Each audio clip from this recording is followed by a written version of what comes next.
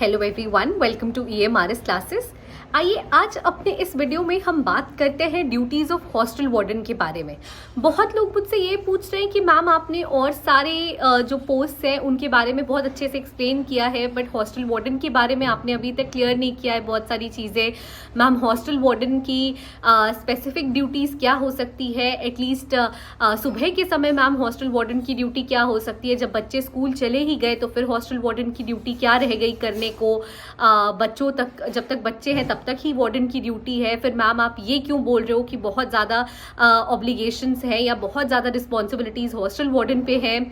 देखिए, जो मैंने कहा है उस चीज़ को एक्सप्लेन करने के लिए मैंने ये शॉर्ट वीडियो बनाया है ताकि मैं आप लोगों को समझा सकूं कि हॉस्टल वार्डन की रिस्पॉन्सिबिलिटीज़, अभी भी मैं यही कहूंगी जो मैंने पहले कहा है कि हॉस्टल वार्डन की रिस्पॉन्सिबिलिटीज और अन्य पोस्ट वाले लोगों से ज़्यादा है।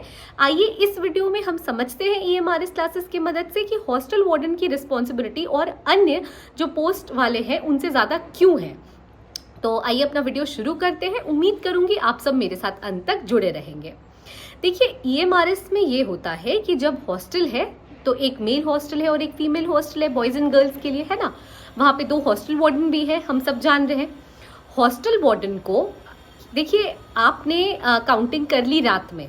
मैं आपको एक एग्जांपल दे रही हूँ। आपने रात में जो कि काउंटिंग कर ली, अब सुबह जो कि है उठकर भी आपको काउंटिंग करनी होती है कि जितने लोग रात में थे सुबह भी जो कि उतने बच्चे हॉस्टल में है या नहीं है अगले दिन सुबह। तो क्या ये आपकी ड्यूटी नहीं हुई?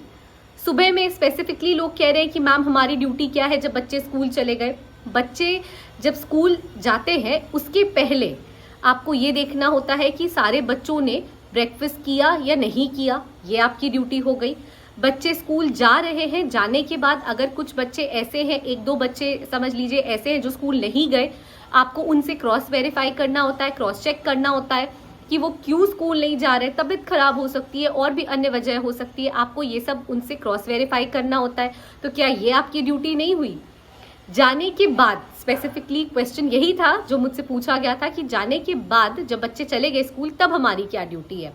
जब बच्चे स्कूल चले जाते हैं उसके बाद जब लंच की प्रिपरेशन होती है तो लंच हाइजीनिक तरीके से प्रिपेयर हो रहा है या नहीं हो रहा है, दाल सब्जी जो कुछ भी बन रही है वो सही तरीके से बन रही है, प्रोपोर्शनेट तरीके से बन रही है, उसमें सही अमाउंट ऑफ मसाले पड़ रहे हैं, सब कुछ हेल्दी तरीके से प्रिपेयर हो रहा है, साफ सुथरा है या नहीं है, ये सब देखना किसका काम है? ये सब देखना हॉस्टल वार्डन का ही तो काम है या नहीं?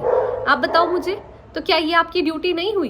साथ ही साथ जो आप स्पेसिफिकली अगर मैं बात करूं, एक एग्जांपल देके मैं समझाती हूँ। आप देखो, कभी इलेक्ट्रिशियन की ज़रूरत होती है, कभी प्लम्बर की ज़रूरत होती है, हमारे घरों में भी ज़रूरत होती है, तो हॉस्टल में भी ज़रूरत होगी, है ना।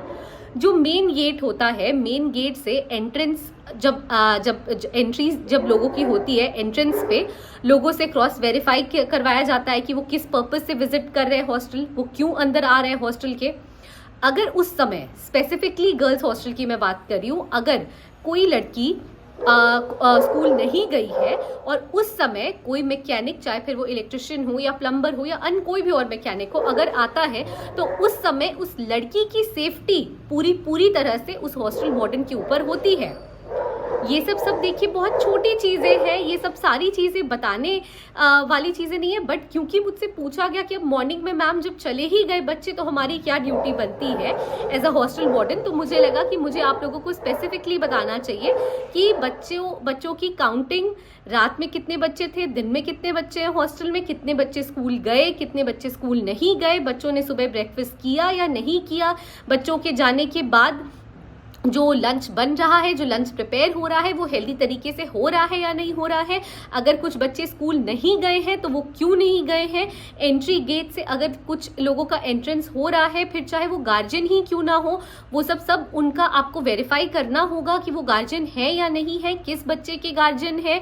अगर किसी बच्चे की तबीयत खराब है तो उसने मेडिसिन ली या नहीं ली, उसे किसी चीज़ की आवश्यकता तो नहीं है, ये सब आप वेरीफाई करना आपका काम है। अगर कोई मैकेनिक अंदर आ रहा है, कोई इलेक्ट्रिशियन, प्लम्बर जो भी है वो अंदर आ रहा है, कुछ बना रहा है, और उस समय अगर खास करके कोई फीमेल स्टूडेंट कैंपस के अंदर ही है, हॉस्टल के अंदर ही है, तो ये देखना कि वो हॉस्टल में बिल्कुल सेफ्टी के साथ है, ये सब जो कि इंश्योर करना एक हॉस्टल वार्डन का ही काम होता है।